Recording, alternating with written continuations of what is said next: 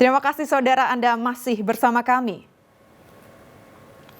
Kecelakaan maut antara kereta api dan minibus di Jombang menyebabkan kerusakan rel kereta api sepanjang 50 meter serta terlepasnya sejumlah penambat rel. Usai perbaikan lintasan, PT KAI akan menutup sejumlah perlintasan tanpa palang pintu. Pasca kecelakaan minibus dengan kereta api di perlintasan tanpa palang pintu Desa Jabon, Jombang, PT KAI membenahi rel kereta api yang rusak. Meski demikian, menurut PT KAI, kecelakaan itu tidak mengganggu perjalanan kereta api. Pembenahan langsung dikebut di sejumlah titik rel maupun bantalannya agar tidak membahayakan perjalanan kereta api atau menimbulkan gangguan lain. PT Kereta Api Indonesia terus berkoordinasi dengan pemerintah daerah agar perlintasan kereta api tanpa palang pintu serta perlintasan kereta api liar segera ditutup. Hal itu untuk mencegah kecelakaan kereta api yang menimbulkan korban jiwa. PT KAI terus mengingatkan kepada masyarakat pengguna kendaraan yang akan melintas di perlintasan sebidang KA untuk selalu berhati-hati. Pengguna jalan wajib mendahulukan perjalanan kereta api dan memberikan hak utama kepada kendaraan yang lebih dahulu melintas rel. PT KAI juga terus melakukan upaya koordinasi dengan pemerintah daerah terkait keberadaan perlintasan sebidang KA yang masih banyak tidak terjaga. Salah satu upaya yang telah dilakukan adalah melakukan penutupan perlintasan liar maupun penjagaan oleh warga. Namun kembali kepada pengendara kendaraan agar tetap dan selalu berhati-hati saat akan melintas di perlintasan sebidang KA. Berhenti sejenak dan pastikan aman, tidak ada kereta yang sudah dekat dan baru melintas. Dengan tertibnya masyarakat pengguna jalan serta peran optimal seluruh stakeholder, diharapkan keselamatan di perlintasan sebidang dapat terwujud. Sehingga perjalanan kereta api tidak terganggu dan pengguna jalan juga selamat sampai dengan tujuan. Di wilayah daerah operasi 7 PT KAI yang meliputi wilayah Ngawi, Madiun, Jombang hingga Tulungagung terdapat 100 lebih perlintasan kereta api tak berpenjaga sehingga membahayakan para pengguna jalan yang kurang hati-hati saat melintasinya. Dwi Mujarso melaporkan dari Jombang. Saudara, pasangan suami istri di Jember tewas mengenaskan setelah motor yang dikendarainya tertabrak truk dari arah berlawanan. Bukannya berhenti, sopir truk justru kabur dan masih dalam pengejaran polisi. Pasangan suami istri tewas usai motor yang dikendarainya tertabrak truk di sekitar Jalan Simpang Lampu Merah, Gumuk Mas, Jember, Minggu tengah malam. Mujani dan Yuliatin, warga desa Keraton Kecamatan Kencong, Jember, tewas ketika dengan luka parah di kepala. Namun bukannya berhenti, sopir truk justru kabur. Dibantu warga, polisi yang tiba di lokasi langsung mengevakuasi kedua korban ke kamar jenazah puskesmas. Kecelakaan bermula saat korban yang berboncengan motor bermaksud mendahului mobil, namun dari arah berlawanan melaju truk sehingga tabrakan tak terhindarkan. Yang bersangkutan berjalan dari arah barat ke timur yang bermaksud mendahului kendaraan di depannya, namun dari arah berlawanan berjalan kendaraan truk dengan kabin berwarna hijau dan bak berwarna merah, sehingga dengan kondisi yang terlalu dekat terjadilah laka lantas di antara keduanya, dan kendaraan tanpa identitas tersebut dengan ciri-ciri tersebut meninggalkan lokasi dan saat ini sedang dalam pencarian petugas kami di lapangan. Kasus tabrak lari masih ditangani unit laka lantas Polres Jember. Polisi masih memburu sopir dan truknya yang ciri-cirinya sudah diketahui. Tommy Iskandar melaporkan dari Jember. Saudara, peristiwa ini bisa menjadi peringatan agar kita memastikan kondisi rumah aman saat ditinggal pergi. Sebuah rumah di Probolinggo terbakar akibat pemiliknya diduga lupa mematikan kompor.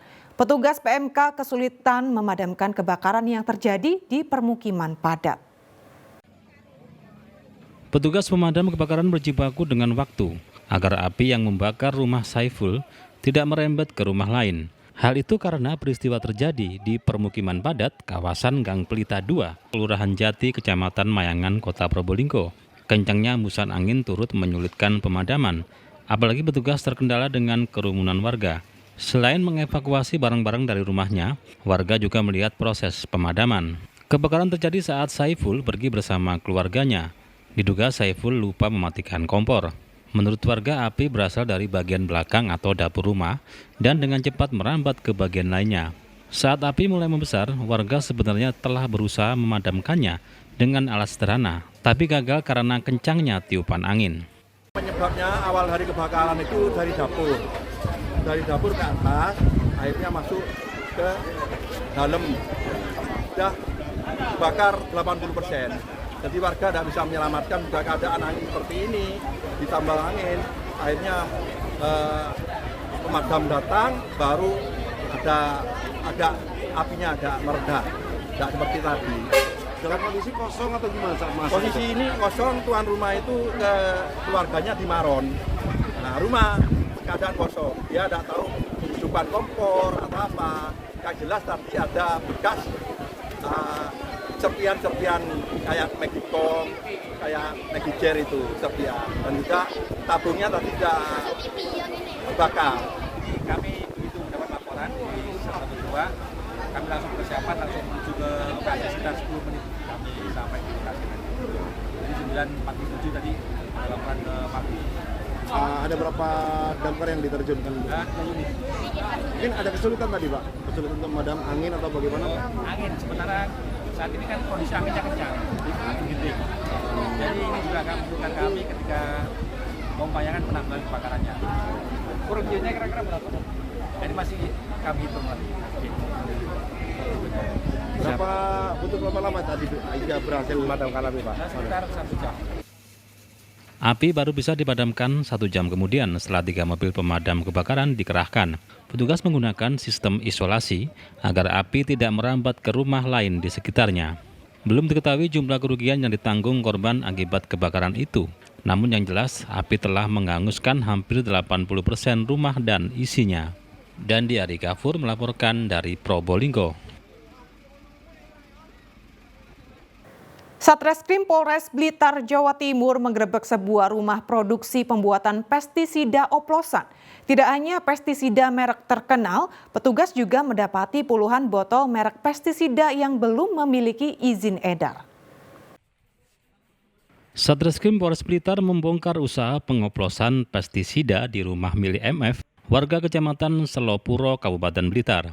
Polisi menyita puluhan jeriken berisi pestisida oplosan, ratusan botol kosong, alat pengemasan, dan stiker merek obat pertanian.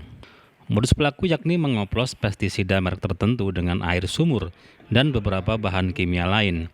Dari hasil rumah produksi pestisida oplosan tersebut, pelaku mendapat keuntungan ratusan juta rupiah. MF mengaku belajar mengoplos pestisida karena belajar dari media sosial dan internet. Jadi modusnya saat dia membeli atau pelaku tersangka membeli 1 karton pestisida dioplos dan dapat menjadi 2-3 karton pestisida dicampur dengan air sumur dan beberapa bahan kimia lainnya. Sudah berapa tahun dan beroperasi? Dari hasil pemeriksaan untuk tersangka kurang lebih 1 tahun melaksanakan aksinya ini. Jual kemana selama ini? Dari hasil pemeriksaan, obat pestisida oplosan tersebut dijual ke berbagai daerah baik dalam Blitar maupun di luar. Tidak hanya pestisida bermerek, petugas juga menyita puluhan pestisida yang tidak memiliki izin edar. MF dijerat dengan pasal 123 junto pasal 75B Undang-Undang Nomor 22 Tahun 2019 tentang Sistem Budidaya Pertanian Berkelanjutan dengan ancaman 7 tahun penjara. Nur Ramadan melaporkan dari Blitar. Kita ke informasi ringan, saudara. Memasuki musim tanam padi, puluhan petani di Lumajang menggelar tradisi balapan kerbau atau karapan kerbau di sawah yang akan ditanami padi.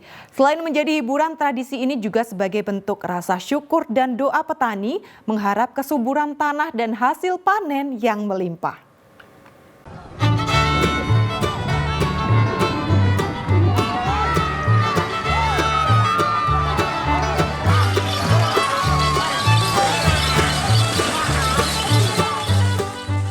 Seperti inilah keseruan balap kerbau atau karapan kerbau di areal pertanian Desa Selok Gondang, Kecamatan Sukodono, Kabupaten Lumajang.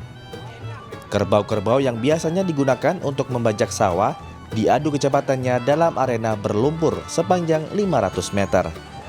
Sepasang kerbau yang berhasil sampai lebih dulu di garis finish dinyatakan sebagai pemenang.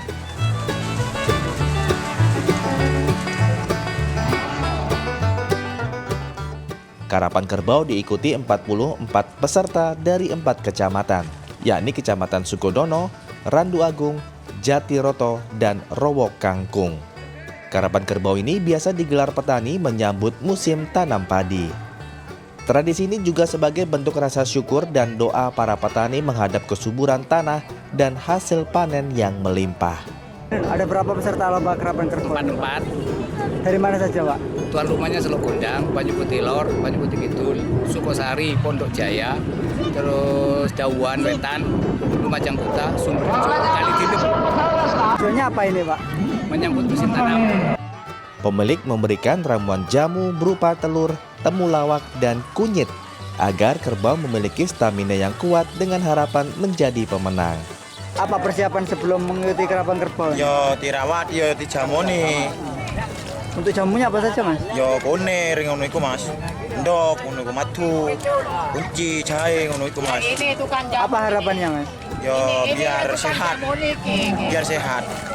Para pemenang akan mendapatkan hadiah menarik berupa lemari es untuk juara 1 dan televisi untuk juara 2 dan 3. Nur Salim melaporkan dari Lumajang.